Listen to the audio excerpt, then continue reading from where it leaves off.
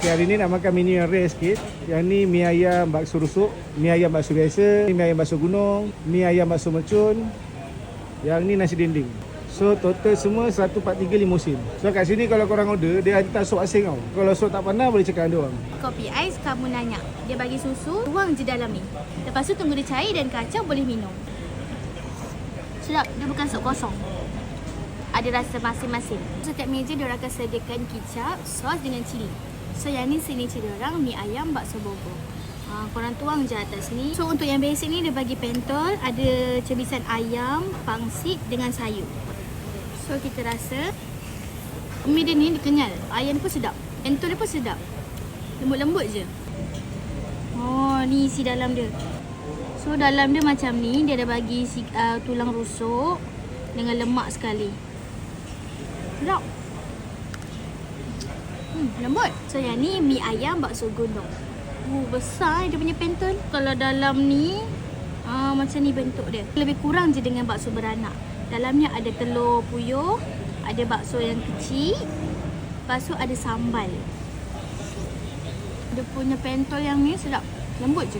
Yang ni dia rasa pedas sikit. Kalau korang tak suka tak sos, ambil yang ni sebab ni pun dah pedas. Pangsit. Sedap. Macam makan keripik sayur. Rasanya macam minum kopi susu. Sedap. So dalam mi mercun ni kita tengok isi dia ada apa.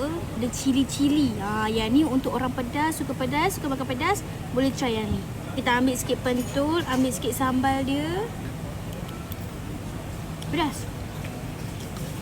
Untuk orang yang suka pedas boleh try yang ni. Nak lagi pedas, letak sikit sos. Ambil sikit sambal, ambil sikit sos, makan. Dia rasa pedas dia. Letak je kicap. Bagi rasa tu balance. Rasa pula yang dengan kicap baru ngam. Tak pedas sangat. Nasi bakso dinding balado. So kat sini ada pentol, ada sayur, telur mata sekali dengan sambal dengan daging dinding. Besar-besar daging dinding dia bagi. Pedas. Daging dinding boleh tahan lembut lah. Mana-mana yang suka pedas boleh try menu ni. Di Bakar Bandung. So dekat dalam dia pun ada coklat lagi tau. Nak? Manis. Ni boleh jadi untuk hilangkan pedas. So ni teh yang paling famous dekat Indonesia, teh botol. Warna dia pun lain dengan teh biasa. Jom kita rasa. Teh dia light-light je. Sedap.